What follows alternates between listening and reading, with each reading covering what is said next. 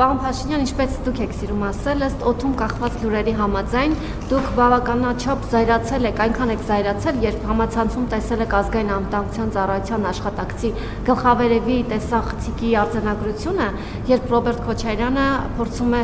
երկրից գնալ, այնքան եք զայրացել դա տեսնելով եւ լինելով պետականամետ մարդ,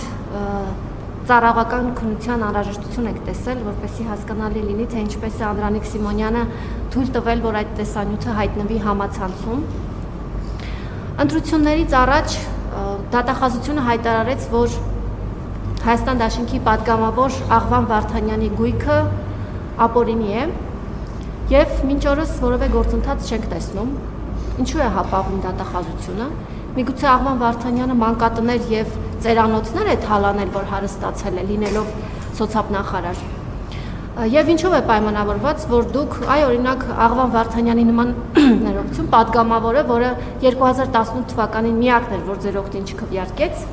դուք իր նկատմամբ որոշակի ձեր իշխանությունը որոշակի այսպես կարծես թե վերապահումով է մոտենում, բայց շարքային քաղաքացին, որը դժգոհել է ձեզնից եւ այդ դժգոհությունից ելնելով չի ընտրել ձեզ, անվանում եք կաշառակեր եւ պատրաստվում եք նրան բանտ նետել։ Շնորհակալ եմ։ Ճիշտ ասած, բան չհասկացա ձեր հարցերից։ Կարծում եմ չեք կարող ինձ օգնել, որովհետեւ եթե օգնեիք, հարց կտայիք, որին պատասխանի։ Դե ինչ կապ ունի դատախազությունը, ինչ հայտարարեց, ինչ կապ ունի իմ շատ լավ հայտարարել, գնացեք դատախազությանը հարցրեք, ես ինչ կապ ունեմ դրա հետ։ Ես ասում եմ, ցանկացած մենք իմ հանձնարարությունը չի վերաբերվում անձի, իմ հանձնարարությունը վերաբերվում է բոլորին, ովքեր ունեն ապօրինի գույք, պետքա վերադարձվի, հատիկ ու հատուկ, մինչև վերջին բոթասը պետքա վերադարձվի, էսա, դա ընդ որում դա հանձնարարություն չի, դա ժողովրդի արտահայտած կամքն է,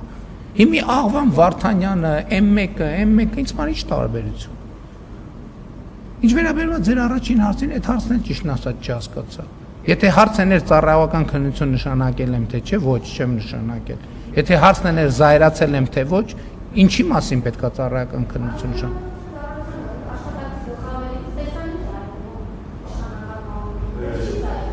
Ինչի պետք է զայրացնի, բայց։ Ինձ զայրացնում եք, չհասկացա, այդ որ ձեր լրատվամիջոցներում հայտնվում է, այդ կարա, որ ուրիշ լրատվամիջոցում է։